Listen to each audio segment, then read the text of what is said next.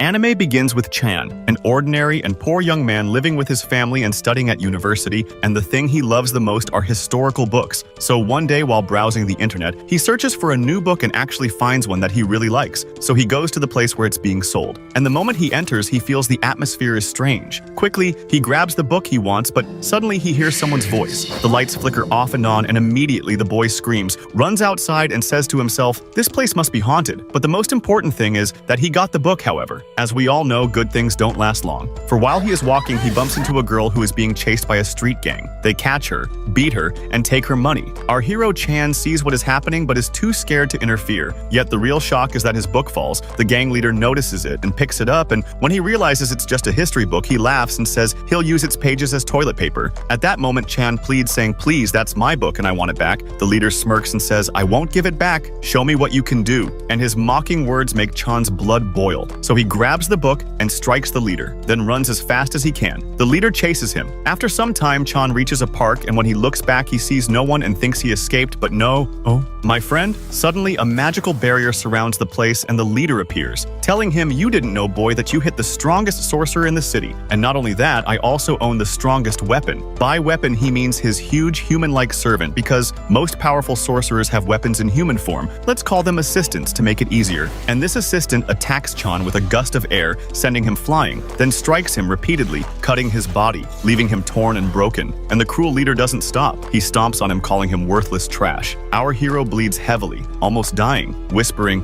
"I just wanted to live. I didn't even do anything wrong. I only wanted my book." But before he can finish his words, suddenly he is transported to a strange place where he hears a voice saying, "Don't worry, I'll help you." In the real world, enormous energy fills the area, and out of nowhere, a man appears. His name is Bai. The assistant of the leader attacks at full speed, but Bai blocks the strike with just one finger. Clearly, he's on another level. Then Bai heals Chan with magic, and when the boy wakes up, he is shocked that all his wounds are gone. At that same moment, the assistant throws a powerful attack at them. But shockingly, it doesn't even shake Bai. Instead, it angers him. He unleashes a legendary magic strike that explodes and destroys the entire place, killing both the assistant and even the gang leader. Afterward, Bai removes the barrier and takes Chan home so he can rest. The next morning, Chan wakes up, goes outside with Bai, and asks him to explain what happened. Bai calmly says, "When you were dying, you summoned me. I am a secret weapon in human form, but because your magic is weak right now, I am not at full strength and even my memories are blurry." Chan laughs and tells him, "Don't worry, everything will be fine, let's just go back home." Bai agrees, and they return together. But suddenly,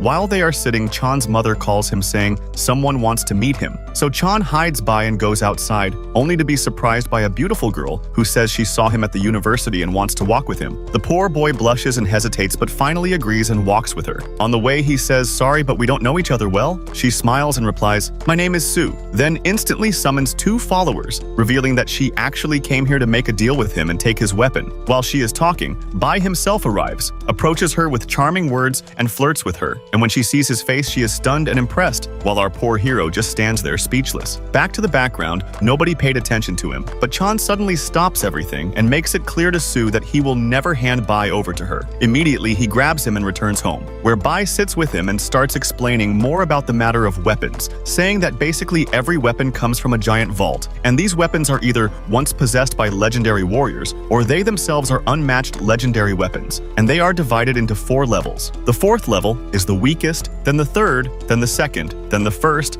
and in some legends it is said there exists level 0, which is the monster level that no one has ever reached, and Bai right now is at level 2, but unfortunately his power is incomplete and his memory is blurry. As we know, this is because our hero's magical strength. Also, every person can summon at most 2 weapons. As for the attackers, they are members of a large organization whose only goal is to collect magical weapons to participate in the Warriors Tournament. Hearing this makes Chan realize that Sue too will participate. She tells him there's no problem but warns him to be careful because this tournament is extremely dangerous. The boy confidently replies, "Don't worry, I won't be the one fighting anyway." Sue calls him an idiot and says, "Haven't you noticed? In your duel with the gang leader, he died in the end, even though Bai's strike didn't touch him but hit his weapon instead. And this is the real danger. If a person's weapon dies, then the owner dies too, and vice versa, meaning their souls are bound together. If one perishes, the other follows. This revelation shocks Chan deeply. Meanwhile, we see the organization's members gathered reporting everything to their leader, who yells angrily at Oto for failing, but then says never mind, the most important thing now is preparing for the tournament, the event we've all been waiting for many years, and it looks like things are about to catch fire. Back to our hero Chan. Despite everything, he still decides to participate, so Sue tells him she'll take him to her home to train. He agrees. They all go,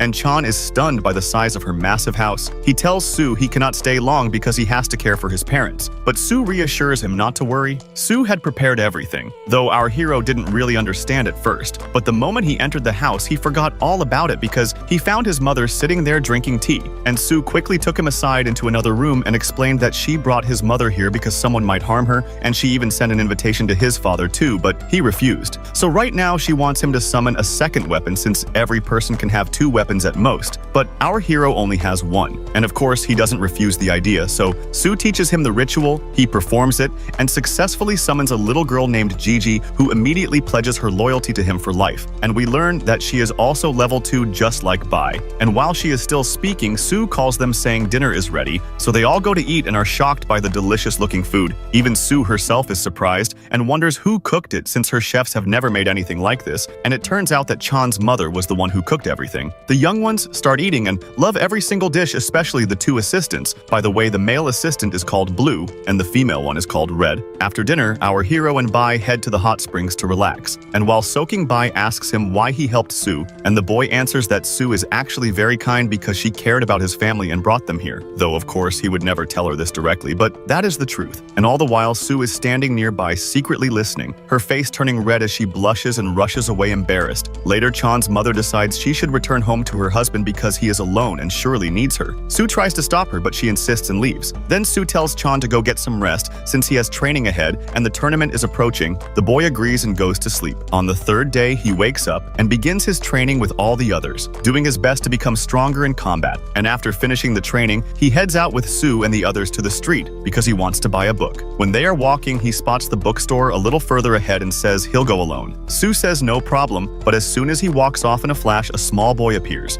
furious for some unknown reason, and instantly summons his weapon. Sue quickly activates a magic barrier because things look dangerous. Without greetings or words, Blue transforms into his second form and charges at the weapon. Their clash ignites a fierce fight, but unfortunately the attack is blocked and this weapon, known as Sora, counters with very powerful blows. The fight heats up and unexpectedly Blue gets badly injured. Then Red also transforms, and together they unleash a combined strike, but sadly the result is not what they hoped for. The attack doesn't affect Sora at all. Instead, it enrages him. He charges at Sue with a legendary magic strike that is about to hit her, but at the very last moment Chan arrives, our hero of tough situations, and saves her. Sora returns to strike again, but this time Bai is ready. He swiftly casts a magical shield that protects everyone, and within seconds Bai realizes that Sora's power is at level 1, the legendary level, and when Sora sees Bai, he is shocked, instantly recognizing him. Bai looks at him and asks, "How do you even know me?" But before Sora can answer, the child suddenly screams because there is a loud voice in his head telling him to join, and of course Sora obeys and goes to him, helping him up. This child's name is revealed to be Kai. Then Sora takes him and says they will meet again another time, disappearing from the place through a teleportation gate, and at that point everyone is exhausted from the fierce battle, so they all return to their homes to rest. The next day, our hero wakes up and suddenly finds his father in the house,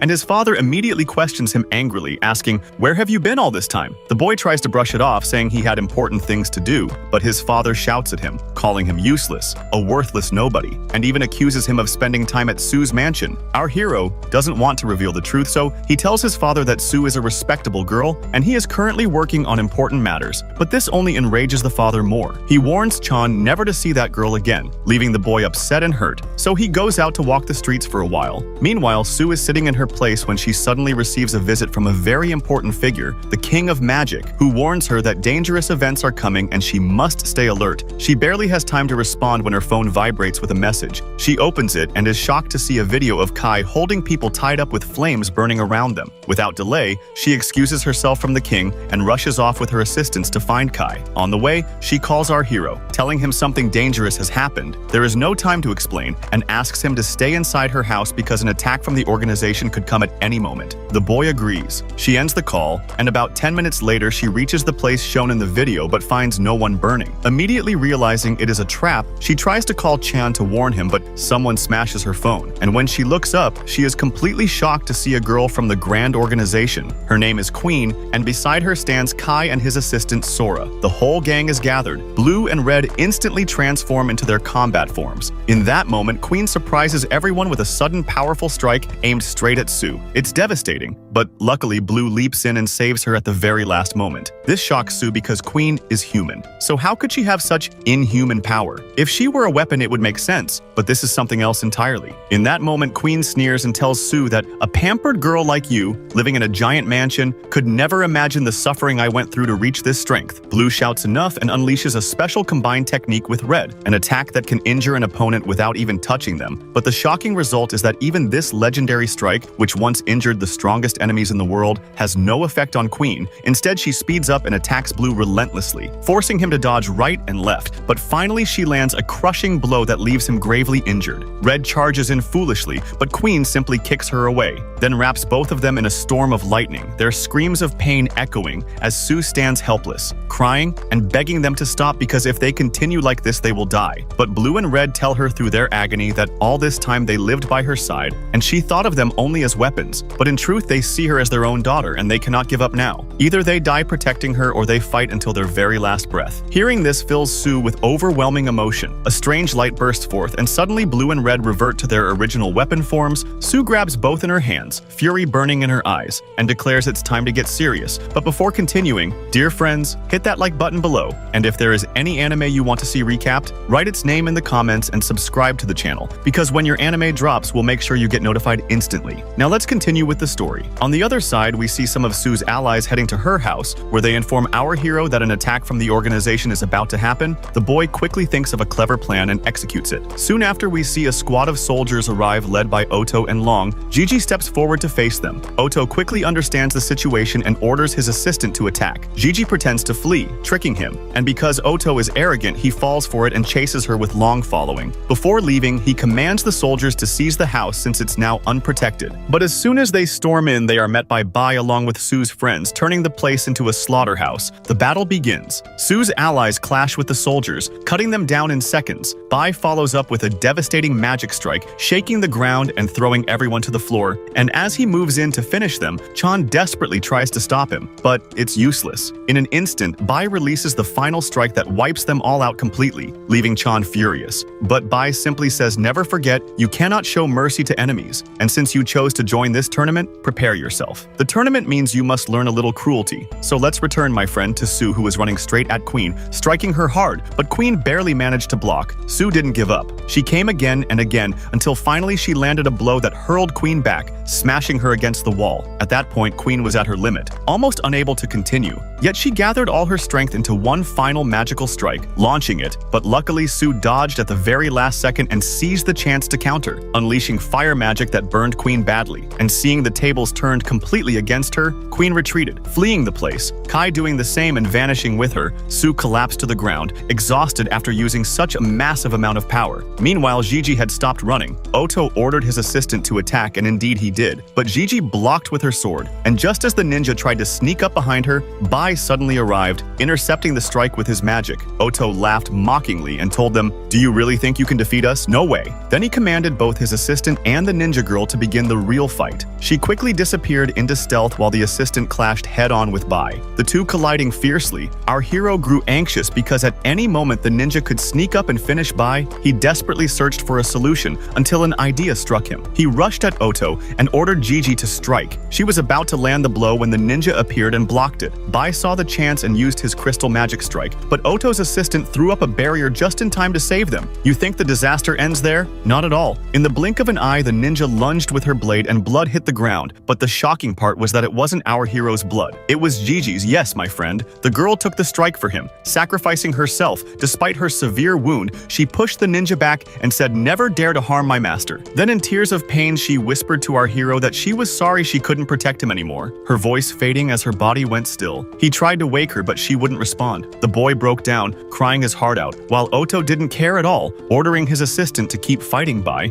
The assistant attacked, but Bai blocked every strike with a single hand. And if you think think the attacks were weak? No, they were strong enough to cut tree leaves to pieces. Bai urged Chan to focus, but the boy was lost in grief. In that moment, the assistant slammed Bai with a powerful hit that threw him far away, and as he approached ready to finish him, reinforcements arrived. Blue and Red rushed in, with Sue beside them. She went straight to check on Gigi. Our hero told her she was already dead, but Sue refused to believe it, checking her pulse and gasping to find she was still alive. Without hesitation, Sue cast 2 incantations, one healing and the other to return her to weapon form, telling Chan her body was recovering. But she had to return her to weapon state to heal faster without draining too much energy. Oto was frozen in shock, because Sue should have been drained of power after the earlier battle, yet she cast 2 powerful spells at once. Sue explained. Her 3 friends had lent her their energy, meanwhile Blue and Red were fiercely attacking Oto's assistant, striking him again and again, leaving him reeling. What made things even worse for him was that Bai regained his full strength. Somehow, though it felt unnatural, Oto muttered that the situation was turning bad, but this time he wouldn't run. Today was different, because he would reveal his secret skill. Long tried to stop him, warning that if the leader found out he would be punished severely, but Oto insisted there was no other choice. With determination, he activated the forbidden technique, and suddenly his assistant's power skyrocketed, his aura pressing down over the whole place. Red slashed with her sword, but he blocked with ease. Blue bravely charged too, but the assistant stopped him cold, saying no more mercy,